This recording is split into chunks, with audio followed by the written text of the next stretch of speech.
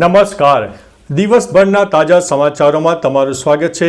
તમારી સાથે હું છું પિનલગીરી ગોસ્વામી. સમાચારો વિસ્તારથી જાણીએ એ પહેલા મહત્વના સમાચારો ઉપર એક નજર. નમસ્કાર મિત્રો, દેશ અને દુનિયાના સુપરફાસ્ટ સમાચારમાં તમારું સ્વાગત છે. મિત્રો, અમદાવાદથી સૌથી મોટા સમાચાર સામે આવ્યા છે. અમદાવાદમાં સિગારેટ માટે જીવલેણ હુમલો. અમદાવાદના બાપુનગર વિસ્તારમાં સિગારેટ આપવાની ના પાડતા બે મિત્રો ઉપર જીવલેણ હુમલો થયો છે, જેમાં ઈજાગ્રસ્તોને સારવાર માટે હોસ્પિટલમાં દાખલ કરવામાં આવ્યા છે. અન્ય મહત્વના સમાચાર ઉપર નજર નાખીએ તો આણંદ રેલવે પોલીસની સફળ કામગીરી. આણંદ રેલવે પોલીસે 13 તુજકો અર્પણ અભિયાન હેઠળ ચોરી થયેલો મોબાઈલ અને રોકડ રકમ સહિત રૂપિયા 20,000નો મુદ્દામાલ તેના મૂળ માલિકને પરત કર્યો છે. અન્ય મહત્વના સમાચાર ઉપર નજર નાખીએ તો સુરતમાં ચાઇનીઝ દોરીનું વેચાણ. ઉત્તરાયણ નજીક આવતા સુરતના મોટા વરાછા વિસ્તારમાંથી પોલીસે પ્રતિબંધિત ચાઇનીઝ દોરી એટલે કે માંજાનો મોટો જથ્થો પકડી પાડ્યો છે. આ કેસમાં 2 યુવકોની ધરપકડ કરવામાં આવી છે. મિત્રો, અન્ય મહત્વના સમાચાર ઉપર નજર નાખીએ તો અમદાવાદમાં લૂંટનો પ્રયાસ નિષ્ફળ. અમદાવાદ ક્રાઇમ બ્રાન્ચે પંજાબથી આવેલા 4 શખ્સોની આંતરરાજ્ય ગેંગને પકડી પાડી છે. આ ગેંગ માણેક ચોકમાં આવેલી એક આંગડિયા પેઢીમાં મોટી લૂંટ કરવાની યોજના બનાવી રહી હતી. અન્ય મહત્વના સમાચાર ઉપર નજર નાખીએ તો અમદાવાદમાં હિટ એન્ડ રનની ઘટનામાં વધારો થયો છે. અમદાવાદમાં છેલ્લા 1 વર્ષમાં હિટ એન્ડ રનની ઘટનામાં મૃત્યુ આંક 49% જેટલો મોટો ઉછાળો આવ્યો છે. ટ્રાફિક અને ગુના વિભાગ દ્વારા આ અંગે સતર્ક બની દેવામાં આવ્યા છે. અન્ય મહત્વના સમાચારની વાત કરીએ તો બગદાણાના સેવક ઉપર હુમલો, પોલીસની રજૂઆત. ભાવનગર બગદાણા ધામના સેવક નવનીતભાઈ પર થયેલા હુમલાને લઈને કોળી સમાજમાં ભારે રોષ જોવા મળ્યો છે.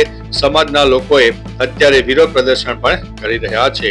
અન્ય મહત્વના સમાચારની વાત કરીએ તો વલસાડમાં રૂપિયા 2.52 કરોડનું ઓનલાઈન રોકાણ કૌભાંડ સામે આવ્યું છે.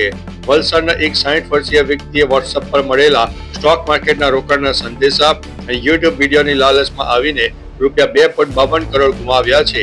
સાયબર ક્રાઇમમાં તેની ફરિયાદ નોંધવામાં આવી છે. અન્ય મહત્વના સમાચારની વાત કરીએ તો અમદાવાદમાં નકલી પોલીસ ઝડપાયો છે. અમદાવાદમાં એક રિક્ષા ડ્રાઈવર ક્રાઇમ બ્રાન્ચનો પોલીસ અધિકારી હોવાનો ઢોંગ કરીને લોકોને ડરાવી ધમકાવી પૈસા પડાવતો હતો. નરોડા પોલીસે બાતમીના આધારે તેની ધરપકડ કરી છે. અન્ય મહત્વના સમાચારની વાત કરીએ તો સરકારી નોકરીના નામે કૌભાંડ. ઈડીના ગુજરાત સહિત 6 રાજ્યોમાં દરોડા. રેલવે, આર્મી અને આવકવેરા વિભાગ જેવી 40 થી વધુ સરકારી સંસ્થાઓમાં નકલી નોકરી આપવાના બહાને કૌભાંડ આચર્યું હતું અને તેના લઈને એન્ફોર્સમેન્ટ ડિરેક્ટોરેટ એટલે કે ઈડીએ ગુજરાતના રાજકોટ સહિત 6 રાજ્યોમાં 15 સ્થળોએ દરોડા પાડ્યા હતા.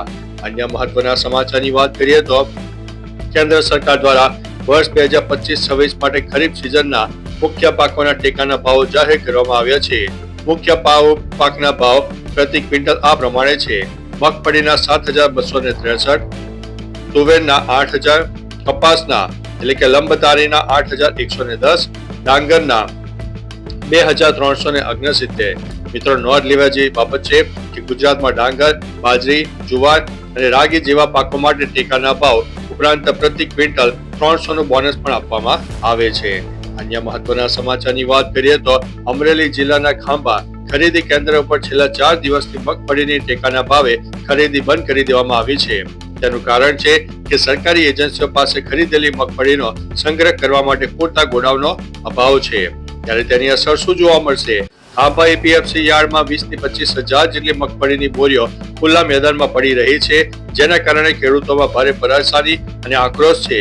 ખેડૂતો દ્વારા વહેલી તકે ખરીદી ફરીથી શરૂ કરવામાં આવે તેવી માંગ કરવામાં આવી છે. અન્ય મહત્વના સમાચારની વાત કરીએ તો જર્મનીના ચાન્સેલરની હાજરી. અમદાવાદમાં આંતરરાષ્ટ્રીય પતંગ મહોત્સવ 2026ના ઉદ્ઘાટન સમારોહમાં જર્મનીના ચાન્સેલર ફ્રેડરિક મર્ઝની પ્રેરક ઉપસ્થિતિ રહેવાની છે. અન્ય મહત્વના સમાચારની વાત કરીએ તો રશિયા યુક્રેન યુદ્ધ. યુક્રેન પર રશિયાના ડ્રોન હુમલાઓ સતત ચાલુ છે, જેમાં પૂર્વીય યુક્રેનના અનેક શહેરોને ભારે નુકસાન પણ પહોંચ્યું છે.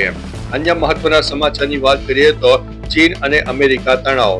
તાઇવાનના મુદ્દે ચીને અમેરિકાને મોટો સંદેશ આપ્યો છે, જેના કારણે બંને દેશો વચ્ચેના સંબંધોમાં તણાવ વધ્યો છે.